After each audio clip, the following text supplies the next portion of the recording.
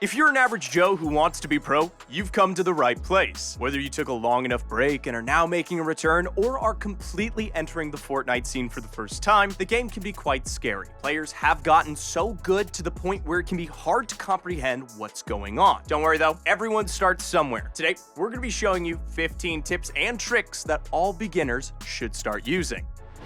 1. To start off the video, we've got some early game advice. When you're gliding over a POI, make sure to land on the lowest point in order to get the lowest redeployment. And be on the lookout for floor loot spawns, whether on the floor or on the roof of a building. It is much safer to land on a guaranteed weapon rather than gambling chest spawns in a random building. 2. You need to make sure that your settings are optimal and your sensitivity feels comfortable. In a mechanically intense game like Fortnite, even a small error in your settings can hold you back from reaching your maximum potential. Luckily for you, we already have an in-depth settings guide for both keyboard and controller players here on the channel. Definitely check them out and see how your current settings compare. Of course, completely optimal settings won't hold too much weight until you reach a certain mechanical level, but it's better to start off right if you can. Bonus tip, carry the new samurai sword whenever you can. This thing is absolutely broken and is bound to be nerfed, so take advantage of it while you still can. You can use the sword to get yourself out of some tough situations and slice up some unexpected opponents. 3. Alright, so now that you've got your settings in check, you need to get somewhat comfortable with the basic building and editing mechanics. The best way to do this is by hopping into a blank creative island and getting to practice. You can start off simple by placing builds as you move around and experimenting with all the different edit variations. Later on, you can make your way towards practical things like creating 1x1s and trying out protected ramp rush variations. But your goal for now is just to get comfortable with the basics.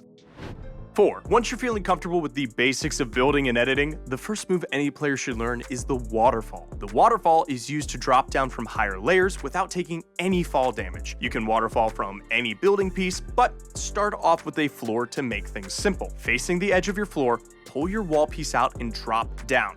As you're falling, turbo build 2 or 3 walls and catch yourself with a ramp. The key here is to keep your left click or right bumper held down the entire time so you don't miss the final build placement and fall to your death. As you gain more experience, waterfalling will become significantly easier, and it's all about getting that initial timing down.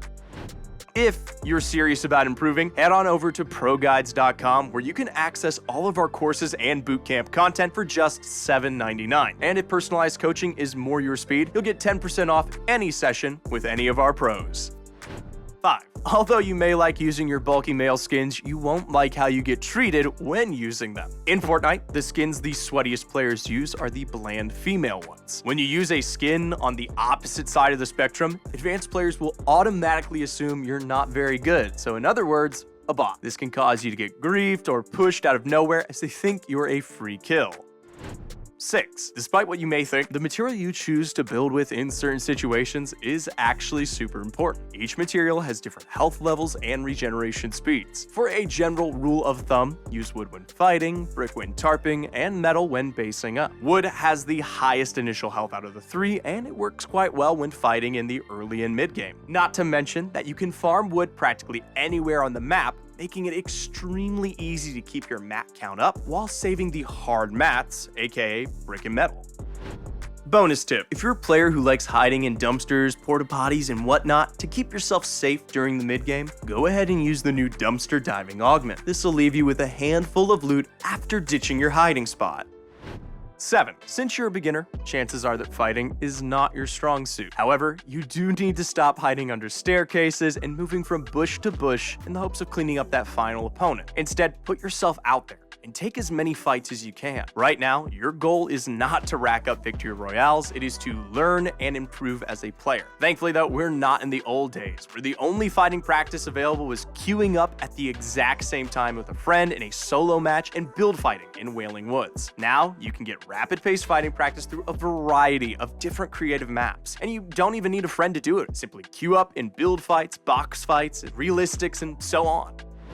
8. Although we're recommending taking as many fights as you can, you do need to understand the dead side. The dead side is the area of the map with the least amount of players contesting it. You can figure out the dead side for each storm phase by looking at where the storm is pulling and where it pulled from previously. For example, if zone number 1 pulls to the northeast portion of the map and the second zone pulls in the same direction, it is safe to assume that the far north portion of the zone will be the dead side, since players from the south of the map are being forced to rotate in. Now, you won't need to worry about the dead side too much until you start playing in competitive lobbies, but it is important to understand how storm phases can influence player congestion. Alright, Fortnite fam, it's time for the question of the day. As a beginner, what topics would you like us to cover more in depth here on the channel? Let us know what you'd like to see, and we might just make it happen.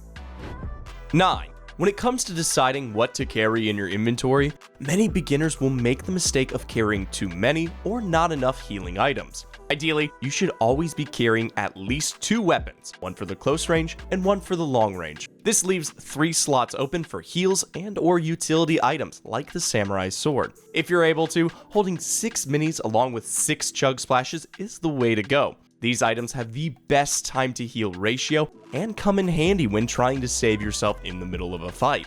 Although white health heals like bandages and medkits can be carried, if you have some open space, you shouldn't prioritize them. 10. When looting a fallen opponent, hold your pickaxe out as you run through the pile, spamming your pickup bind. This will let you grab the things you want, ammo, mats, heals, without accidentally swapping your weapon for something you don't want. 11. Make sure to take advantage of the tactical sprint mechanic whenever you can. Entering a tactical sprint allows you to travel at nearly double your regular speed for around 7 seconds before having to recharge. Now, this makes rotating around the map much quicker, and it can also save your life when disengaging from an opponent. Until it's muscle memory, you need to make a habit of tactical sprinting whenever you can and constantly checking your regeneration. As you start to get more advanced as a player, the possibilities for utilizing the tactical sprint do increase quite a bit. But you won't need to worry about that just yet. 12. Speaking of movement, aside from the tactical sprint, the Mantle is one of the most useful mechanics in the game, even for beginners. Since you're just starting out and probably aren't the best builder, simply mantling onto an opponent's lair can be an easy way to deal some damage or even end the fight entirely without having to bust out that 500 material high ground retake. Aside from fighting, mantling to a higher level instead of ramping can be an easy way to save materials and time. Now, we're not saying to mantle at every opportunity you get, but knowing how the mechanic can be used is a great way to increase your game sense when you're just starting out. 13. If you seem to always fumble around when trying to swap weapons, listen up. Especially you controller players out there. You should have each of your inventory slots designated for a specific purpose to avoid confusion down the road. Now, if you open up your settings and head to preferred item slots, this setting allows you to assign each slot with a different item type. Once this setting is applied, items will auto-assort themselves in your inventory upon being picked up. Since swapping from each inventory slot is much more tedious on controller, go ahead and assign your first slot to shotguns and your second slot to ARs. Trust me, this will make a world of difference when you're fighting. 14. Don't only use your pickaxe to destroy your opponent's builds. Using something like an SMG or an AR will break the builds quicker and can also be done from far away. Now, don't get too carried away with this. An advanced player can easily recognize the difference between strategic spraying and spraying because you don't know what else to do. And this can sometimes cause you to get focused. As a beginner, the main situation where spraying builds comes in handy is applying pressure. For example, say you just crack the shield of an opponent and they immediately box up and start healing. Spraying their wall or roof will force them to cancel their heal and replace the build. And if they don't, then you just got yourself a free kill. Again, don't overdo it though. You will end up wasting tons of ammo and can call attention to yourself as a not so great fighter. We're just trying to blend in for now. 15. Our final tip for beginners is learn from your mistakes. Fortnite is such a complex game that even 5 years after its release, nobody has seemed to just master it. Even the pros at the very top are constantly learning new strategies and tweaking old ones. Since there are so many situations you've yet to see, each match you play will teach you something new.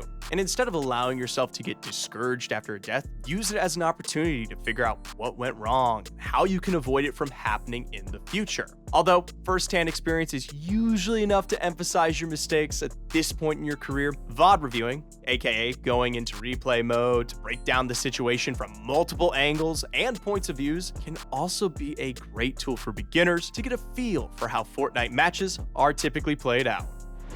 If you found these tips helpful, don't be afraid to leave a like and drop a comment on what you'd like to see next. Also, make sure you're subscribed with post notifications turned on so you never miss one of our videos.